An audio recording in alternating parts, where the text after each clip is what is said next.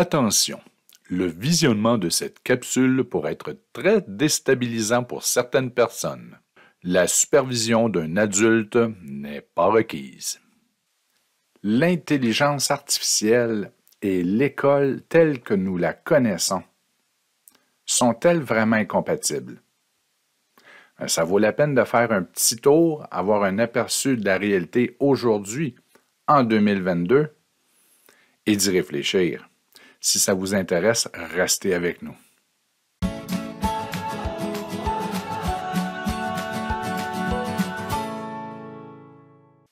Et oui, l'intelligence artificielle est à nos portes. En réalité, elle est déjà arrivée. Et on va faire une petite démonstration dans quelques minutes. Donc, la capsule risque de durer au moins une dizaine de minutes, mais restez avec nous jusqu'à la fin. Ça vaut la peine, d'accord? Parce que là, il faut comprendre que personne ne sera épargné par ce nouveau phénomène. C'est au même titre que l'arrivée du poste informatique en classe et d'Internet. Je m'en souviens très bien, là, combien d'enseignants et d'enseignantes qui disaient à l'époque « Oh, Internet, je ne m'en servirai jamais en classe. » C'est ça. Hein? Aujourd'hui, c'est facile d'en rire, de rire de cette situation-là, là, mais c'était ça la réalité. Et je me souviens, lorsque j'ai reçu le premier TNI du centre de service, les enseignants-enseignantes passaient en avant de mon local, puis ils regardaient en disant « Ah, c'est une bébelle! » Mais oui, on change.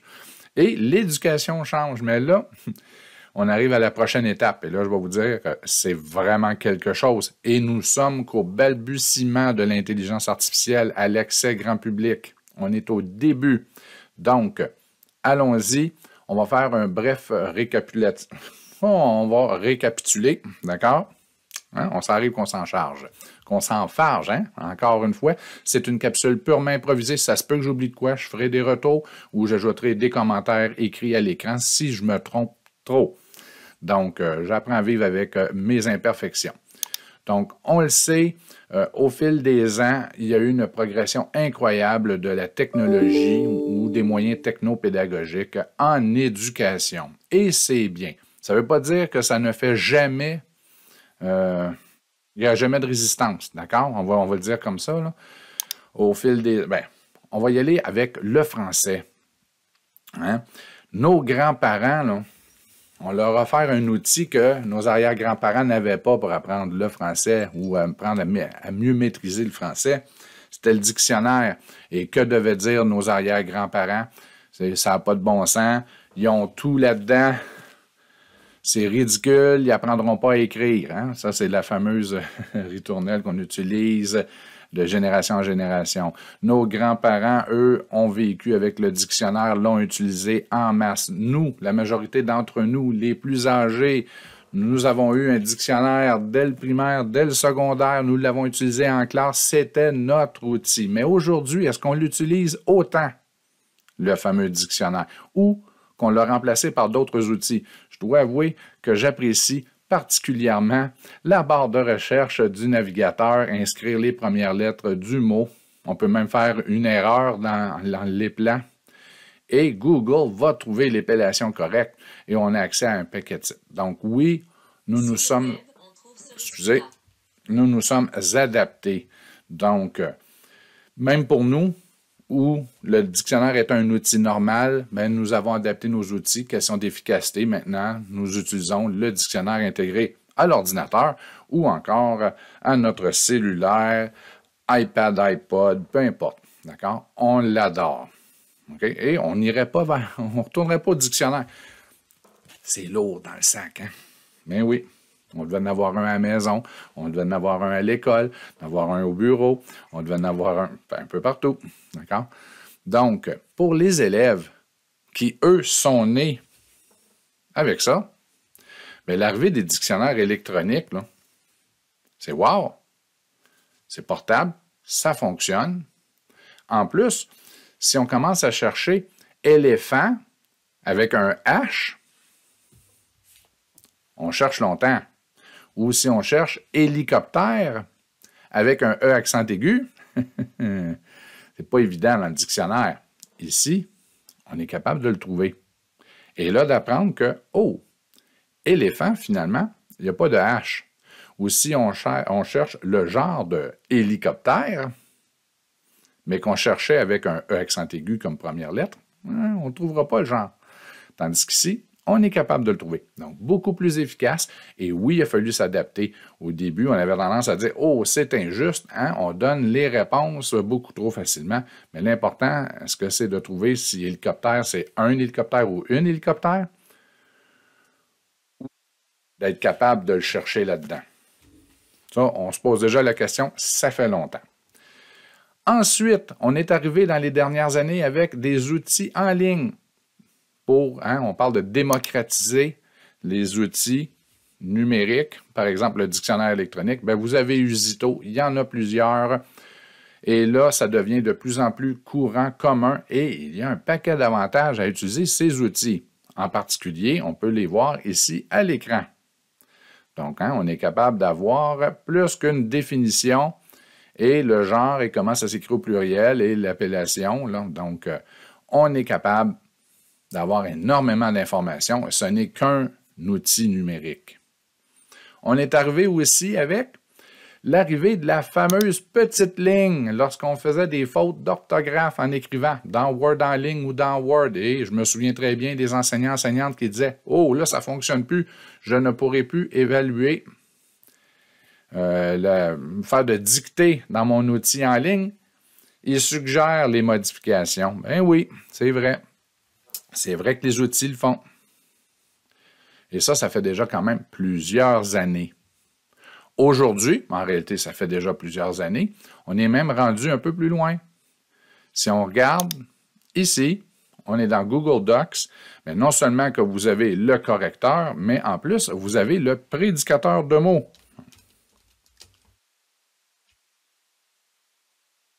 J'espère qu'il va apparaître. Ah! Ben là, il faut croire que ça fait trop longtemps que je suis en pause. Mais normalement, on a le prédicateur de mots qui apparaît avec 1, 2, 3 mots. C'est l'histoire de la fourmi. Ah, ben ça ne veut pas fonctionner. Mais ça fonctionne. Si je tapais mon texte, il commencerait à me prédire les mots. Que ce soit en anglais ou en français, on l'a au même titre qu'on vous l'offre lorsque vous textez, vous envoyez des messages sur vos appareils mobiles. On l'a maintenant d'inclus aux appareils, du moins aux outils numériques sur l'ordinateur. Et c'est assez redoutable comme efficacité, on doit l'avouer. Des fois, on se demande comment ils font pour deviner ce qu'on va écrire avec des mots vraiment particuliers. Puis ils tombent pas mal toujours dessus. Donc, oui, c'est une forme d'intelligence. On a entraîné le logiciel, il est capable de détecter un peu le contexte, puis il va vous suggérer des mots que vous voudriez utiliser. D'ailleurs, combien de fois quand on texte avec cet appareil, que c'est la sélection du centre qu'on choisit assez souvent pour compléter le mot. Là. Ça aussi, c'est efficace, très efficace. Mais aujourd'hui, on est rendu complètement ailleurs. Et c'est là que j'introduis l'intelligence artificielle. Oui, on est au début. Il y a un projet qui s'appelle OpenAI, financé par de riches gens d'affaires des États-Unis, principalement, et qui encourage des équipes de recherche à développer l'intelligence artificielle. Il y en a déjà des dizaines, sinon des centaines en fonction aujourd'hui. Il y en a 2 en particulier que je vais prendre quelques instants pour vous montrer, qui sont disponibles sur le web, accès grand public, et c'est assez incroyable. D'accord? Donc, allons-y. La première intelligence artificielle que je vous présente, c'est DALL-E. On est même rendu à la version 2. Ça fait quand même quelques mois que c'est sorti. On est rendu à la version 2. Imaginez, ça va être quoi la version 10? Et DALL-E, cet outil-là, cette intelligence artificielle-là, vous propose de créer des images, des illustrations, des photographies à partir de mots que vous allez lui fournir. Donc, allons-y, je vais me brancher. Quand vous y allez pour la première fois, c'est Sign In. Je vais utiliser mon compte Google du centre de service. Bon. Évidemment, on me dit qu'il y a trop de gens sur DALL-E en ce moment. J'aurais dû m'enregistrer il y a 15 minutes.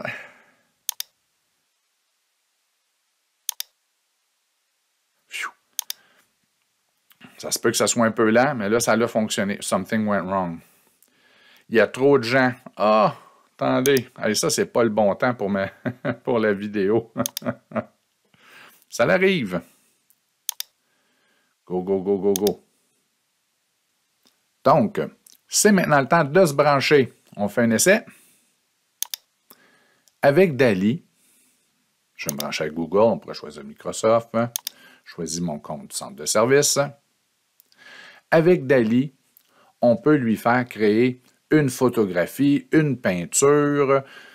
Il va la créer. Il ne va pas rechercher le web. Ce n'est pas un outil de recherche, je le répète, d'accord? Donc, allons-y. On pourrait y aller évidemment en anglais. Vous pouvez voir, il y a un exemple ici. An impressionist oil painting of sunflowers. On sait à peu près ce que ça, ce que ça donnerait, là. Donc, allons-y. On peut y aller en anglais, mais on peut aussi y aller en français. Donc, une photographie d'un clown devant un groupe d'élèves. On va attendre un petit peu. Il n'est pas en train de rechercher le web, il est en train de créer. Et voilà. Ouais. Et là, on pourrait changer les critères. Une photographie d'un clown devant un groupe d'élèves en classe. Il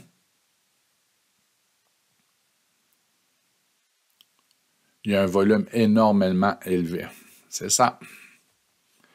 Et là, on pourrait demander de changer la couleur des cheveux du clown. Vous avez compris le principe. D'accord? Ou on pourrait demander de changer l'habillement du clown. Ouais. On pourrait faire la même chose avec un paysage. Donc, paysage de forêt laurentienne en hiver. Ouais.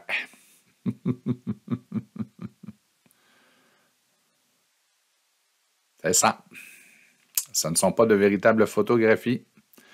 On pourrait ajouter un animal avec un castor en action. Allons-y, puis là, je vous dis, on est en français, là. Je vais avoir quelque chose encore plus efficace, peut-être l'essayer en anglais, là. C'était peurant. Donc, c'est ça. C'est ça, l'intelligence artificielle a créé ces photographies pour vous.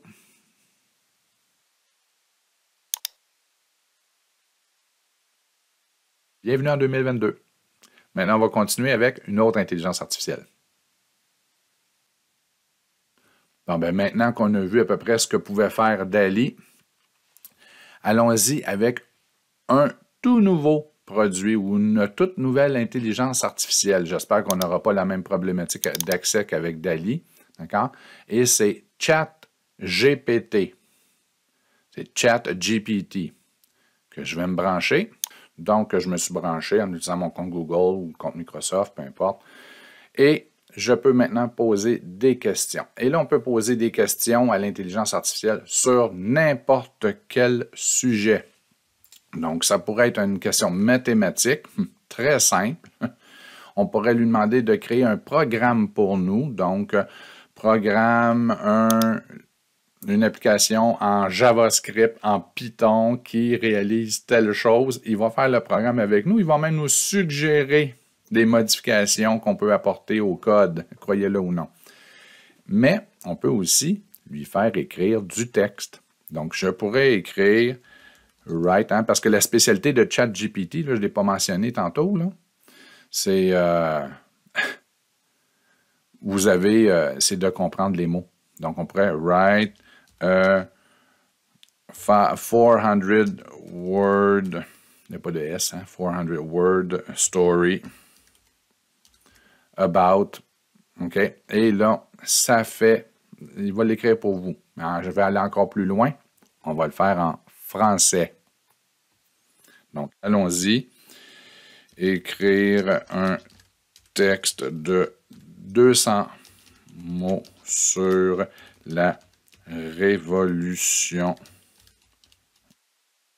tranquille au Québec. Et ses effets. Oups, attendez, on va... Et ses effets. Là, on nous dit en haut que ça se peut, il y a beaucoup de gens, là, ça se peut que ça prenne du temps. Et regardons.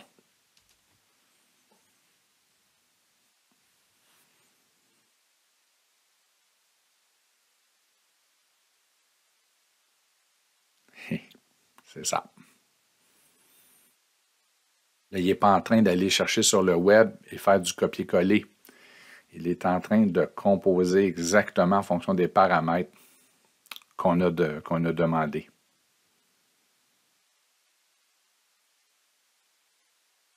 Ça va à peine d'attendre, hein? Prenez la peine de lire. D'ailleurs,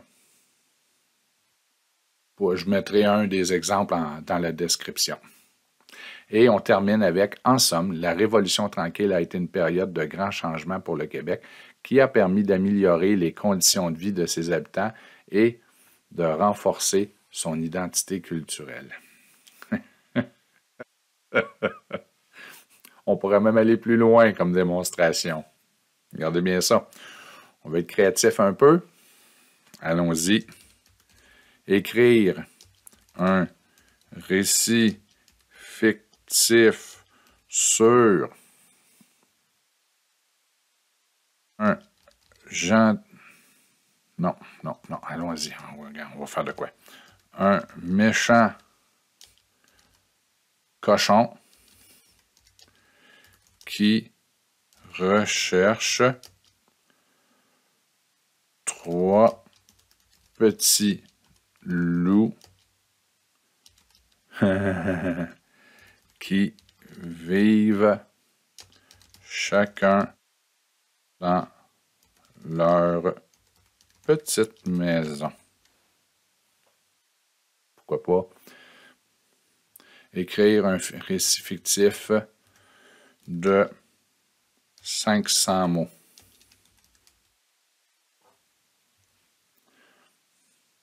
Essayons voir. J'ai jamais essayé.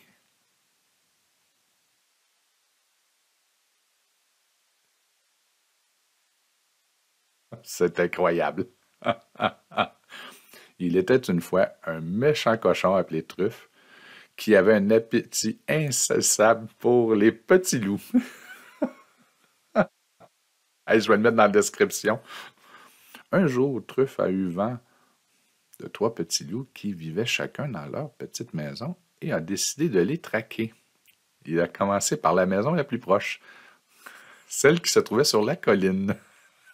Arrivé devant la porte, il a frappé de toutes ses forces, mais les petits loups l'ont entendu venir et se sont enfuis par la fenêtre arrière. Furieux, Truffe a continué son chemin. C'est incroyable. C'est inquiétant. Et voilà. Et à la fin, battu et humilié, Truffe a compris qu'il ne pourrait jamais capturer les 3 petits loups. Il a décidé de quitter les bois et de chercher une proie plus facile ailleurs. Les petits loups, eux, ont vécu heureux et en paix dans leur maison pour le reste de leur vie. C'est ça. Si vous pensiez que c'était de la science-fiction, là, ben, c'était là hier. Imaginez ce que demain nous réserve. Donc, certaines d'entre vous allez vous poser la question, « Wow, qu'est-ce qu'on fait avec ça? » Ben, on n'a pas mal pas le choix. On va apprendre à vivre avec. Est-ce que ça l'impose ou est-ce que ça l'impose une réflexion? Certainement. Est-ce qu'on va être appelé à changer nos façons d'évaluer, de fonctionner en classe? Certainement. Oui, ça bouscule nos habitudes, nos croyances. Mais là, on ne peut pas simplement annuler ou, au même titre qu'on peut que difficilement désactiver la petite ligne là, qui souligne les erreurs d'orthographe, qu'on peut désactiver la prédiction de mots dans les outils.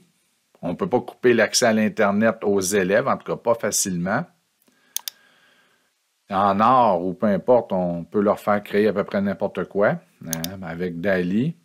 Mais là, vous avez même l'intelligence artificielle qui peut écrire pour eux et qui compose pour les élèves ou pour nous. Vous avez vu que ça le fait très bien. C'est un outil spectaculaire, mais qui est dérangeant en contexte de classe. Donc, comment va-t-on faire pour s'adapter à ces nouveaux outils, à cette nouvelle réalité? C'est là qu'on doit réfléchir à comment on adapte ces nouveaux outils-là. Parce que là, il faut comprendre qu'ils sont aussi accessibles à partir de ces outils-là. Le même site web est accessible à partir d'un cellulaire. Si jamais vous voulez en réfléchir plus longuement, c'est peut-être le temps de contacter votre CP préféré, vos collègues dans la classe d'à côté, partagez cette vidéo, puis discutez-en. Mais dites-vous que ce n'est pas pour dans 10 ans, c'est déjà là. Et on n'a aucune idée de ce que ça va être dans 2 mois. D'ailleurs, je vais peut-être reprendre cette capsule-là la semaine prochaine en vous présentant quelque chose de vraiment spectaculaire, puis dire « Ah! ChatGPT puis DALL-E 2, là, c'est pas assez date, ça, là. Ben oui, c'est possible. Donc, comment va-t-on faire pour s'adapter? Et la question du départ, est-ce que l'école et l'intelligence artificielle, ou l'intelligence artificielle et l'école de la manière qu'on la vit présentement, est-ce que ce sont vraiment deux choses incompatibles? Possiblement. Mais si on s'adapte, nous, qu'on décide d'utiliser. Écoutez, on a été capable de passer du dictionnaire papier, bien qu'on l'utilise encore, là, au dictionnaire numérique. On est encore efficace, puis on monte encore à écrire français.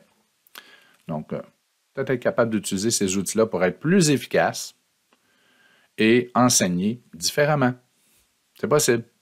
Donc, je vous souhaite une bonne découverte de l'intelligence artificielle, une bonne réflexion. Et à la prochaine. Si jamais j'ai oublié des points, hein, c'était scripté, vous pouvez voir, j'ai aucun texte. Là, mais si jamais vous avez des points, vous pouvez en ajouter en commentaire. On peut écrire. Je suis certain que mon collègue Julien aurait rajouté 50 exemples différents, aurait amené des points beaucoup plus précis, hein, spécifiques. Mais là, en gros, on voulait réfléchir sur ces nouvelles intelligences artificielles qui apparaissent à chaque jour. Donc, il n'y en a pas juste une ou deux, là. C'est par dizaines, par centaines, ces nouveaux projets d'intelligence artificielle qu'elle voit le jour. Donc, et là, d'ici la fin de l'année 2022, il y en aura encore plusieurs autres. Et en 2023-2024, ça ne sera que ça. Hein? Au même titre qu'il y a 15 ans, quand on disait qu'à la télé, on retrouverait uniquement des téléréalités, j'étais découragé. Mais on fait avec. Il avait raison. Salut, amusez-vous bien, bonne découverte. Et c'est le temps de réfléchir à comment on intègre ces nouveaux outils, cette nouvelle réalité à notre pédagogie. Bye bye.